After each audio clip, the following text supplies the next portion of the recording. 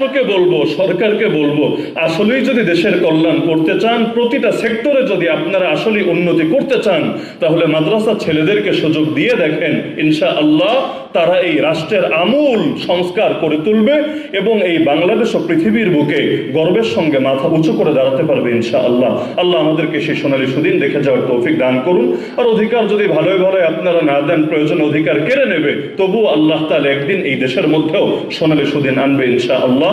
নাসরুম মিনাল্লাহি ওয়া ফাতহুন করিব ওয়া বাশশিরিল মুমিনিন ওয়া আখিরু দাওয়ানা আনিল হামদুলিল্লাহি রাব্বিল আলামিন। বহুত মানুষ বেঁচে থেকেও মৃত, কিন্তু আল্লাহর রাস্তায় যাদেরকে শহীদ করা হয়, আল্লাহ কোরআনে তাদেরকে মৃত বলতেও নিষেধ করেছেন, মৃত ভাবতেও নিষেধ করেছেন। ওয়ালা তাহসাবান্নাল্লাযীনা কুতিলু ফি সাবিলিল্লাহি আমওয়াতা, বরঞ্চ শাহাদাতকে মুমিন মনে করে আল ফাউজুল কাবীর, সবচাইতে বড় সফলতা। এজন্য আমরা মনে করি জুলাই যে শুরু হয়েছিল বৈষম্যের বিরুদ্ধে এক আন্দোলনকে কেন্দ্র করে, এখনো দেশের মধ্যে বৈষম্য রয়েছে, এখনো জাতির মধ্যে বৈষম্য রয়েছে, এখনো দাড়ি টুপিওয়ালা, পাঞ্জাবিওয়ালা এবং মাদ্রাসার ছাত্রদেরকে পদে পদে তাদের সঙ্গে বৈষম্যের আচরণ করা হচ্ছে। সুতরাং যতদিন পর্যন্ত এই দেশে বৈষম্য থাকবে, ততদিন পর্যন্ত মাদ্রাসার ছেলেরা অপূর্ণ বিপ্লবকে পরিপূর্ণতা দেওয়ার জন্য লড়াই চালাতেই থাকবে ইনশাআল্লাহ। আমরা মনে করি আমাদের শহীদ ভাইয়েরা, বিশেষ করে তামিরুল মিল্লাতের নাম এই ক্ষেত্রে সবার উপরে থাকবে। যাত্রাবাড়ি এবং টঙ্গীতেও সে আন্দোলন চাঙ্গা হওয়ার পেছনে যাদের অবদান সবার শীর্ষে থাকবে।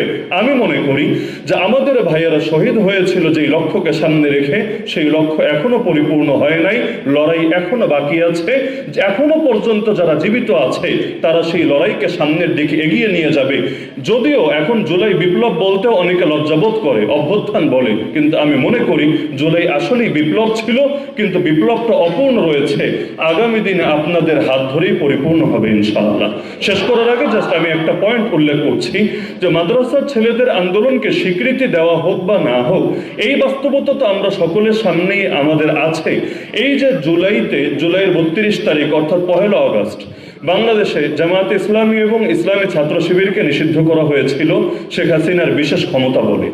এই নিষেধাজ্ঞা থেকেই কি এটা প্রমাণিত হয় না দেশে যদিও বহু ধারা এবং বহু দলই আছে, কিন্তু ফ্যাসিস্টরা ইসলামপন্থীদেরকে, ইসলামের পক্ষে যারা আছে, এই দ্বীনি আন্দোলনের কর্মীদেরকে সবচাইতে বেশি নিজেদের জন্য চ্যালেঞ্জ মনে করে থাকে। এমনকি শেখ রেহানার কলের আলোচনাও তো এখানে একজন আলোচক এনেছেন যে সেই সালমান এফ রহমান, শেখ রেহানা, তাদের মধ্যকার কথোপকথনে উঠে এসেছে, রাস্তায় দেখি শুধু এই দাড়ি টুপিওয়ালা আর পাঞ্জাবি পরা লোকরাই চারদিক থেকে ঘিরে রেখেছে। তার মানে জুলাইতে কারা ছিল এই আন্দোলনের নেতৃত্বে, এটা ইতিমধ্যে তাদের মুখ থেকেই আল্লাহ বের করে দিয়েছে।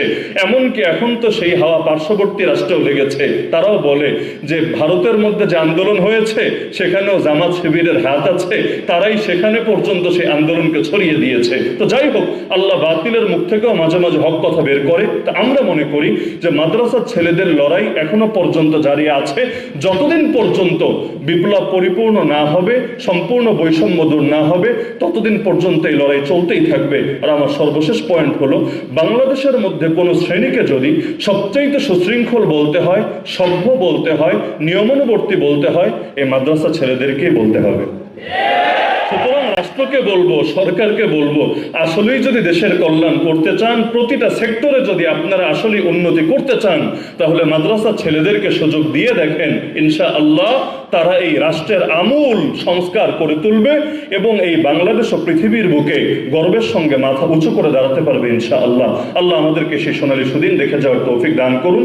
আর অধিকার যদি ভালোই ভালোই আপনারা না দেন, প্রয়োজন অধিকার কেড়ে নেবে, তবুও আল্লাহ তাআলা একদিন এই দেশের মধ্যেও সোনালী সুদিন আনবে ইনশাআল্লাহ। নাসরুম মিনাল্লাহি ওয়া ফাতহুন করিব ওয়া বাশশিরিল মুমিনিন ওয়া আখিরু দাওয়ানা আনিল হামদুলিল্লাহি রাব্বিল আলামিন।